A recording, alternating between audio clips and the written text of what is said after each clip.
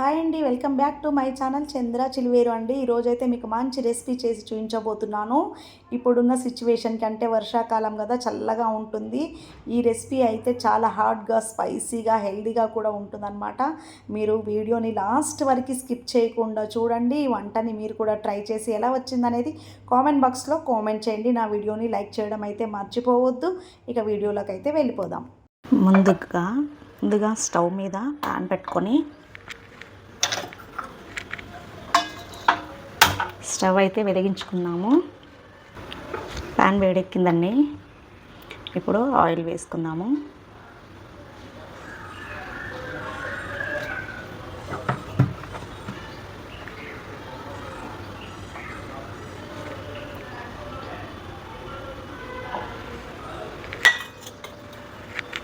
Oil heat ఎక్కింది.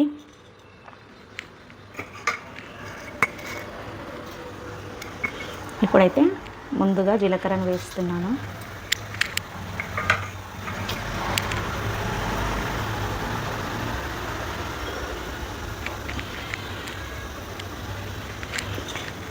జీలకర్ర ఇలా ఫ్రై అయిపోయిన తర్వాత ఇది మిరియాల పొడి, కచ్చా పక్క దంచుకున్న మిరియాల పొడి. ఆ తర్వాత కరివేపాకండి.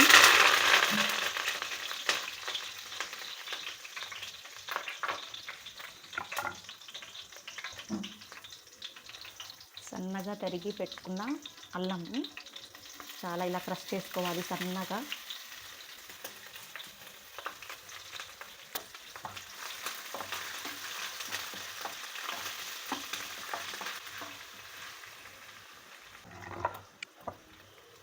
పచ్చిమిర్చి సన్నగా తరిగి పెట్టుకున్న పచ్చిమిర్చి.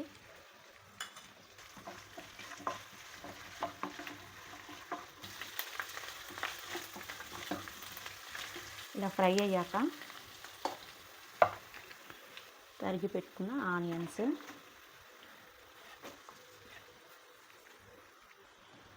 స్కిప్ చేయాలనుకుంటే ఆనియన్స్ స్కిప్ చేసుకోవచ్చు, కావాలి అంటే వేసుకోవచ్చు. ఇంకా ఇందులో ఎగ్ను కూడా వేసుకోవచ్చు, అలాగే జీడిపప్పును కూడా వేయించి వేసుకోవచ్చు అండి.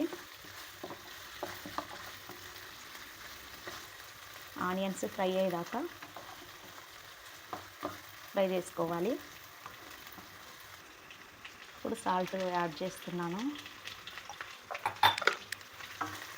ఇందులో కారం ఏం అవసరం ఉండదండి, ఎందుకంటే పచ్చిమిర్చి వేసాము, అలాగే మిరియాల పొడి కూడా వేసాము కదా, పచ్చపక్క దంచుకున్న మిరియాల పొడి సరిపోతుంది ఘాటు. ఇంకా కారం అవసరం లేదు, ఎందుకంటే ఇలా అయితే ఒక కలర్ఫుల్గా కలర్ అనేది బాగుంటుంది. అందుకే నేను పచ్చిమిర్చి మిరియాల పొడి వాడాను. పొడి ఉంటే మనం అన్నం వేసిన తర్వాత వేసుకోవచ్చు మిరియాల పొడి, కానీ నాకు పొడి చేసి పెట్టలేదండి. నేను ఇలాగే కచ్చాపక్క చేసి వాడతాను మిరియాలని. ఆనియన్స్ కూడా ఫ్రై అయ్యాయి కదా. ఇప్పుడు రైస్ అండి, వేడిగా ఉంది. అంటే వండిన తర్వాత కొంచెం ఇట్లా పొడిగా రావాలి అంటే కొంచెం ఇలా చల్లార్చుకుంటే ఇట్లా పొడిగా ఉంటుంది అన్నం అయితే.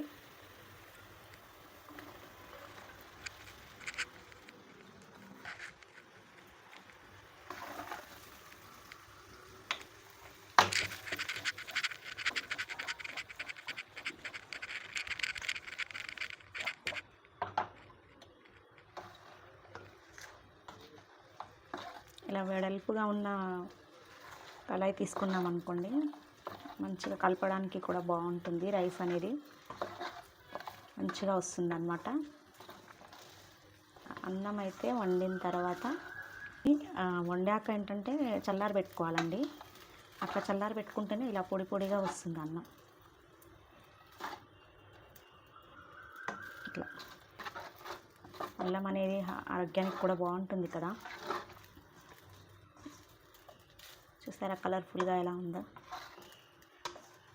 వెల్లుల్లితో కూడా చేసుకోవచ్చండి ఇలాగే, కాకపోతే అల్లంకి బదులు వెల్లుల్లిని సన్నగా తరిగి వేసుకోవాలన్నమాట, అది కూడా చాలా బాగుంటుంది. ఇదైతే నేను అల్లంతో చేశాను, నేను కూడా ఫస్ట్ టైమే చేశానండి. ఎలా ఉంటుందో చూడాలి. ఇంకా ఇలా సన్నగా తరిగి పెట్టుకున్న కొత్తిమీర,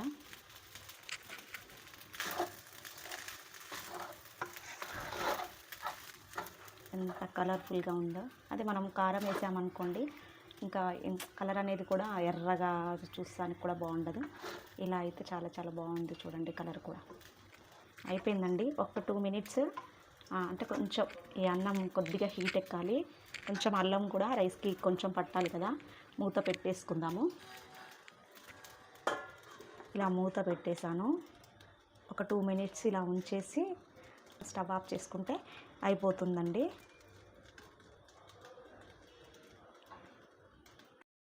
ఇదే అండి నా స్టైల్లో నేను ప్రిపేర్ చేసిన జింజర్ ఫ్రైడ్ రైస్. ఈ వీడియో మీకు కూడా నచ్చింది కదా. ఇంకెందుకు ఆలస్యం అండి, వెంటనే ఈ రెసిపీని ట్రై చేయండి. మీకు టేస్ట్ ఎలా కుదిరింది అనేది నా కామెంట్ బాక్స్లో కామెంట్ చేయండి. ఈ వీడియో నచ్చినట్లయితే లైక్ చేయండి, షేర్ చేయండి, కామెంట్ చేయండి. నా ఛానల్ని సబ్స్క్రైబ్ చేసుకోండి. See you next video. Bye అండి.